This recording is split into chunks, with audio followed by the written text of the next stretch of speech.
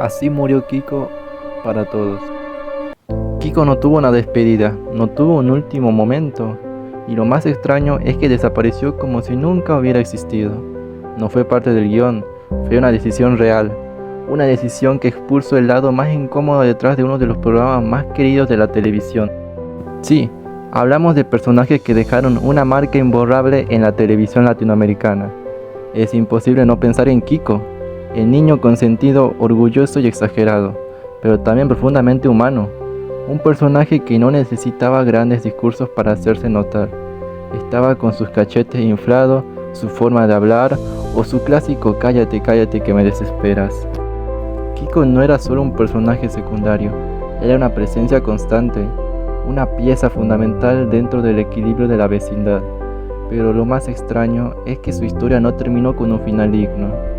No hubo despedida, no hubo cierre, no hubo un último momento diseñado para que el público entendiera que todo había terminado, simplemente desapareció.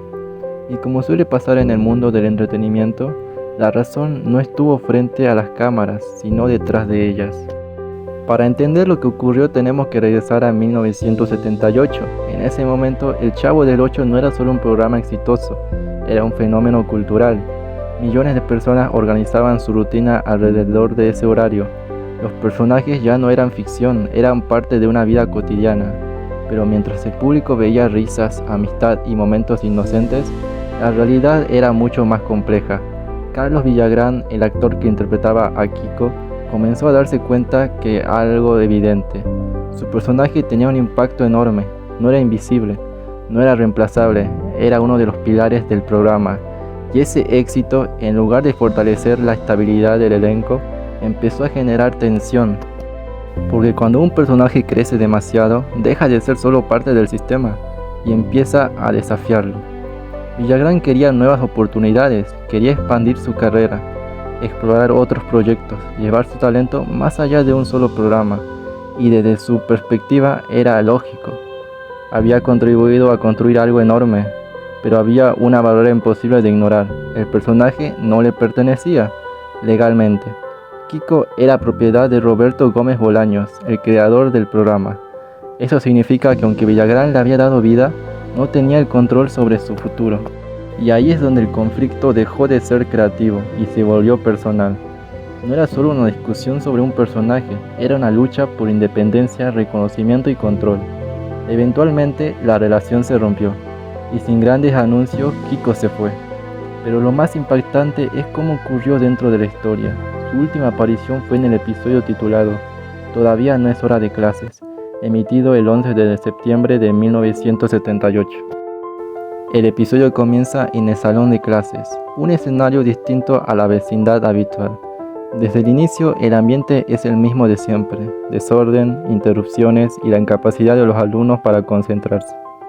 El profesor Girafales intenta imponer disciplina, pero es inútil. Godínez cuestiona por qué deberían estudiar si aún no es hora de la clase. La lógica infantil interrumpe la autoridad adulta, como tantas veces antes. Luego aparece la Popis, interrumpiendo todo para revelar que Ñoño intenta ser su novio. La situación se convierte en un caos emocional infantil, donde el amor es tratado como la misma seriedad que un juego.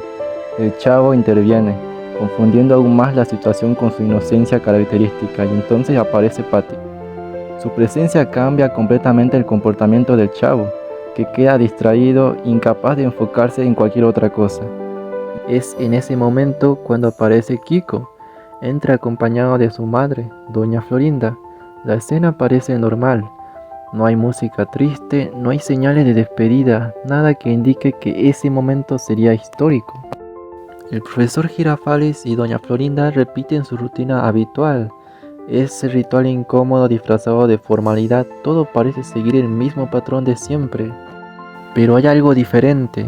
Kiko ya no es el centro del caos, ya no domina las escenas, ya no provoca el misterio absurdo sobre la muerte de su padre, manteniendo la esencia del personaje, pero su presencia es distinta. Es más silenciosa, más distante, como si incluso dentro de la ficción su salida ya estuviera decidida. El episodio continúa como cualquier otro. El profesor intenta enseñar, los alumnos interrumpen, el desorden gana. Y entonces termina, sin despedidas, sin cierre, sin reconocimiento, simplemente termina. Y con ese final aparentemente insignificante, termina la historia de Kiko en la vecindad. Dentro del universo del programa, la explicación fue mínima. Se mencionó que se había ido a vivir con su tía rica. Una excusa simple, rápida, conveniente, pero la verdad era más incómoda. El personaje no desapareció porque la historia lo necesitara. Desapareció porque el sistema ya no podía sostenerlo. Carlos Villagrán continuó su carrera, intentó recrear el éxito, intentó mantener viva esa identidad que había construido durante años. Pero algo había cambiado, porque los personajes no existen en el vacío, existen dentro de un contexto, dentro de un momento, dentro de una química que no puede replicarse artificialmente. El público lo sintió, la vecindad siguió existiendo, pero nunca volvió a ser exactamente la misma, porque cuando una pieza fundamental desaparece, el equilibrio se rompe, y aunque el programa continuó, una parte de su esencia se había ido con él. Con los años, el conflicto entre Villagrán y Roberto Gómez Bolaños se volvió público. Declaraciones indirectas, tensiones acumuladas, dos figuras que habían construido algo histórico pero estaban separadas por decisiones que ya no podían revertirse. Eventualmente hubo un momento de reconciliación, pero el tiempo no retrocede.